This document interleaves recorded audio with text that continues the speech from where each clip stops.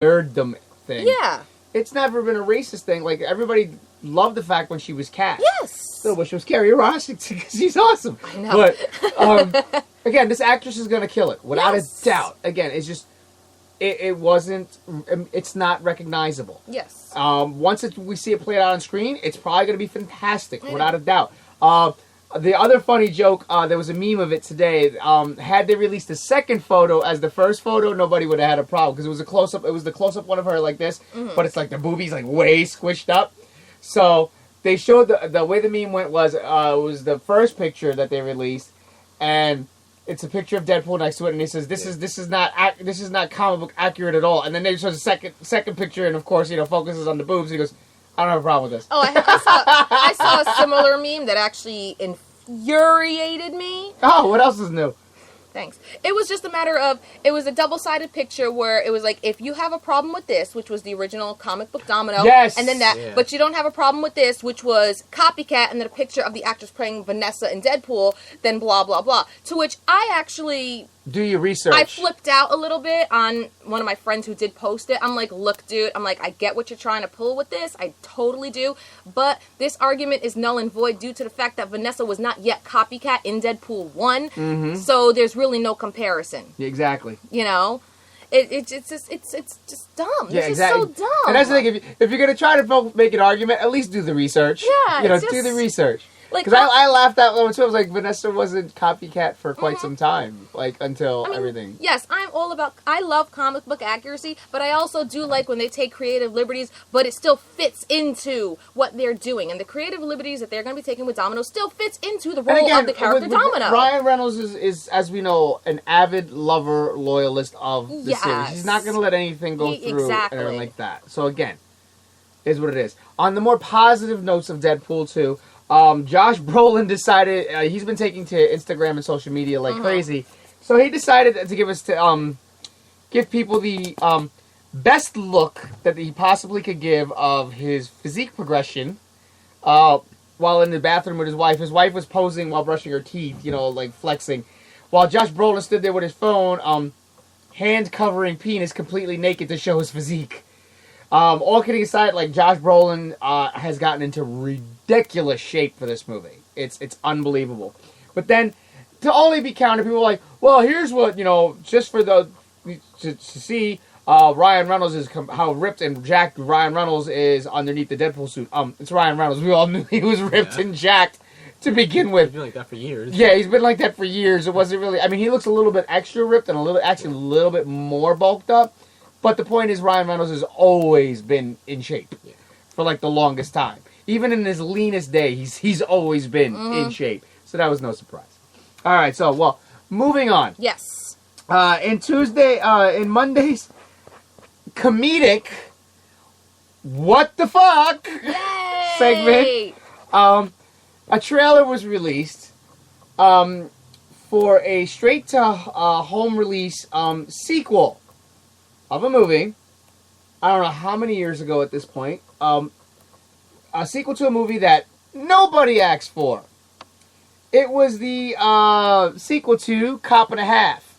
Cop and a Half, New Recruit. It's with Burt. Yes, the one with Burt Reynolds and everything. And the little boy. Yes. So this is a sequel with a little girl, and she's of course heavy into the whole cop thing and everything like that. And she's brought in to help a cop solve a crime against this an unknown criminal who's doing his crime acts in a comic book villain. Of course, they had to get that feeling in there. Of course. And the cop is played by Lou Diamond Phillips. Oh, how the mighty have fallen! Oh. Remember when Lou Diamond Phillips was the it guy and everybody loved him? Oh, this is a guy that was in Stand and Deliver. A great actor. Oh my god. Everything. He was an unbelievable character in The Big Hit. Yes. So many great movies that he's done, and in just the last, 10 years, and they're this is... That's so unfortunate. Cop and a Half, New Recruit. Oh, damn. I watched the trailer for this. It looks kind of funny / kind of cute. And everything like that. And it actually looks better than the first Cop and a Half. which is not saying a lot, but it does look better and everything like that. But it's still like, oh dear.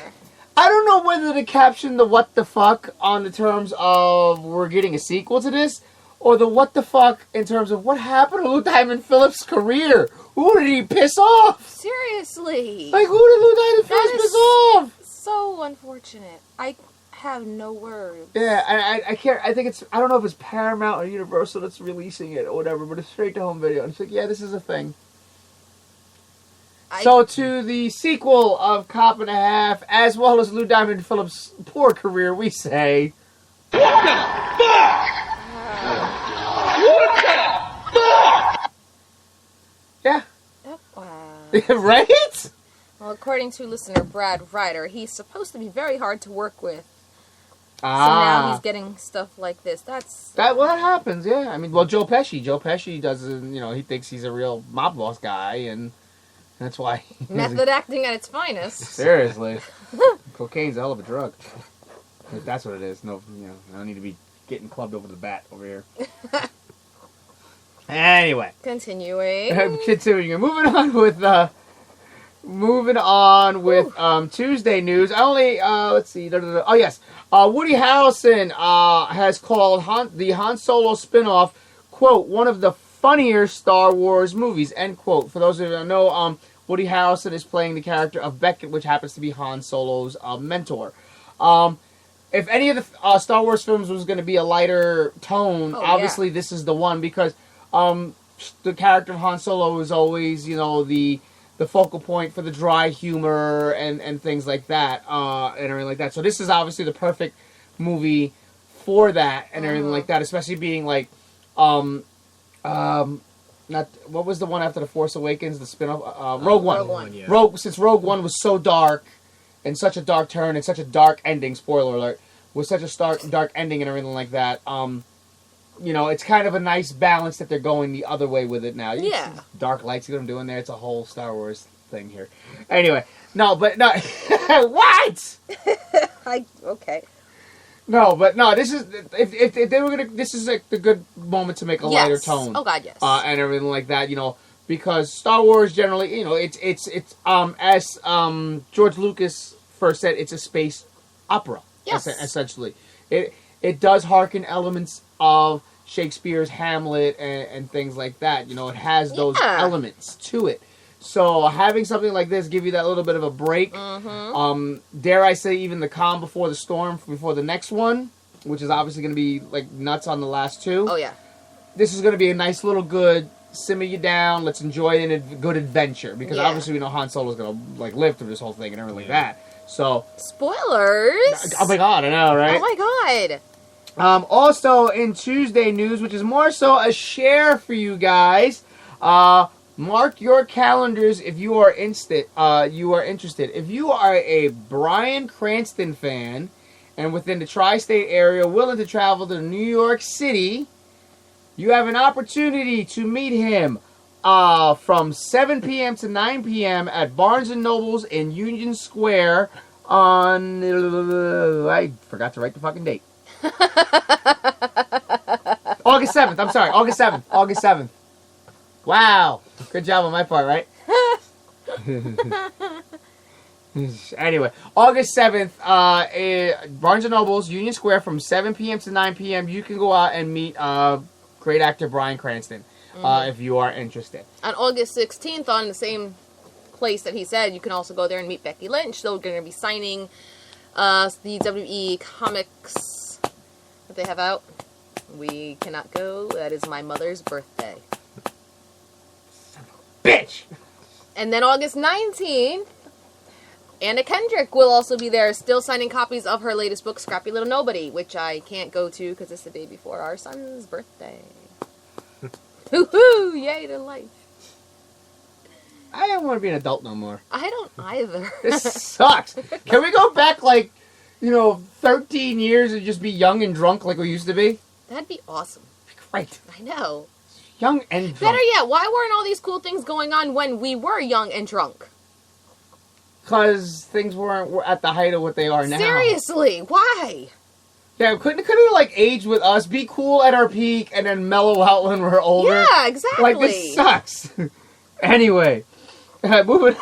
Shit! The Becky Lynch one's bugging the hell out of me. You know it is. I know it is. Anyway, moving on to Wednesday news. Hellboy, Rise of the Blood Queen has cast veteran actor from American Gods, from his small appearance in Game of Thrones and everything like that. Death Race and Driftwood? What was the Westwood? Westwood. No, Westwood. No, I thought it was Deadwood. Deadwood. And everything like that. Veteran actor Ian McShane will be playing the adoptive father of Hellboy, Professor Broom. I could see it. Great actor. Yeah. I mean, he could pull it off. He can pull off anything. Yeah. It's what you can do when you're a great actor. It's like, yeah, okay. Also, with Wednesday news, Star Trek creators of Star Trek Discovery coming up have finally put the missing piece to the puzzle in terms of where exactly does the timeline of this series fall. A lot of people are wondering, well, is it an alternate universe?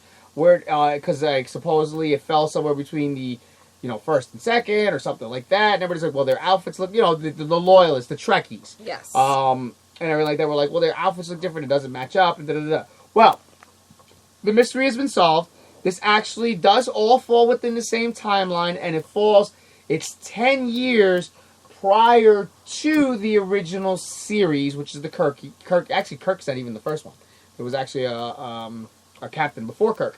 But no, it's 10 years before the original Star Trek series. So when they're first, really exploring and everything like that. What? Okay. I've gone cross-eyed. Okay. Okay. Trying to educate me about Star Trek is like trying to educate me about Transformers. Which is funny because we have news about that in a little bit and everything like that. Well, actually, I think I might have skipped it over. Oh, yay! I'm sure we all don't need Transformers news. Oh, yeah, I did. It was actually part of the Monday news and everything like that. As we all know, there is a Transformers spin-off movie coming about and everything like that. And announced as the star is John Cena. So basically, they says, well, let's get somebody that's got a little more personality than Mark Wahlberg from Boston with about the same accent and a little more jacked. But you know what? I'm actually, since they've announced John Cena, I'm kind of intrigued.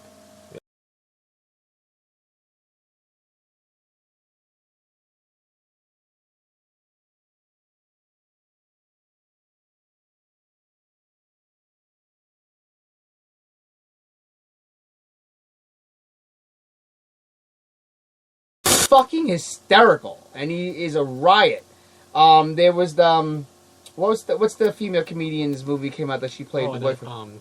Amy Schumer. Amy Schumer, like her movie that came out and everything like that. Like apparently he steals that movie.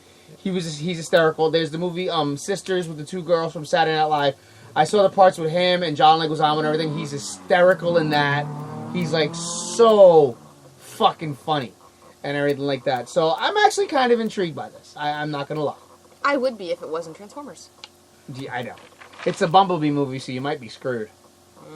Yeah, Jace likes Bumblebees. Yeah. You might be kind of screwed. Which, also, not for nothing, also, Bumblebee is obviously the most popular character amongst younger viewers. Yes. So, honestly, this is also I'm not going to deny, this is a very smart move. Not for our son. No, not for our son. Jace hates John Cena. No, Jace hates John Cena. Jace That's right. does not like John Cena, but he likes Bumblebee, so he's going to be torn. Yeah, exactly. Who knows? But nonetheless, just in general, given Cena's popularity with kids, with small kids and all that, this is actually a smart move on their part. No, it is. Casting. It's very, very smart. I mean, if you're going to have a Transformers movie and Bumblebee is actually going to be pulling in more younger kids, do you think Mark Wahlberg is going to put asses in the seats, or is John Cena going to pull families into the seats? Yeah, no, it is smart. It is very smart. So it's definitely a smart move on their part, without a doubt. All right, jumping back to Wednesday news.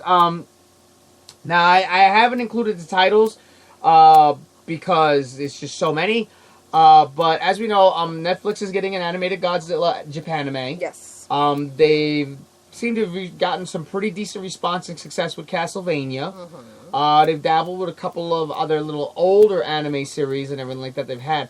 Well, it seems like they're jumping full-fledged, and they're looking to probably compete against Crunchyroll and everything now, as they have ordered